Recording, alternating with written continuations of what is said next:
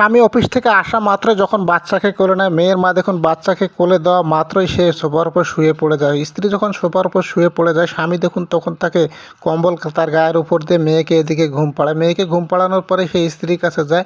স্ত্রীর কাছে যাওয়ার পরে তার মাথায় বালিশ দিয়ে দেয়। বালিশ দিয়ে দেওয়ার পরে তার হাত পরিষ্কার করে দেয়। পরিষ্কার করে দেওয়ার পরে এদিকে সন্তানকে ঘুমিয়ে রেখেছে। তারপর সেই স্ত্রীর জন্য চা বানিয়ে দেয়। আসলে স্ত্রী সারাদিন সন্তানকে নিয়ে থাকতে থাকতে ক্লান্ত হয়ে গেছে। একজন মাই জানে সন্তানকে বড় করতে কতটা কষ্ট করতে হয়। তার স্বামী কিন্তু বিষয়টা জেনে তার স্ত্রীর ভাগটা নেয়। তারপর দেখুন স্ত্রী ঘুমিয়ে পড়েছে, সে কিন্তু স্ত্রীকে পাশের রুমে গিয়ে ঘুম পাড়িয়ে দেয়। তারপর দেখুন পুরো রুমটা আগোছালো ছিল, পুরো রুমটাই সে কিন্তু এত সুন্দরভাবে ক্লিন করে। ক্লিন করার পরে সে কিন্তু সবগুলো বাসার কাজ করে ফেলেছে। স্বামী সারাদিন অফিস করে এসেছে, সেও কিন্তু ক্লান্ত। তারপর সেই ক্লান্তির ছাপটা স্বামীর গায়ে একটুও লাগেনি, কারণ স্ত্রী অসুস্থ। স্ত্রী যেহেতু অসুস্থ হয়েছে, তার বাসার কাজগুলো তো তাকেই করতে হবে। স্বামী যদি স্ত্রীর বিপদে এগিয়ে না আসে ফেলে, তাহলে কাজগুলো করবে কে? স্বামী স্ত্রীর ভালোবাসা তো এটাই।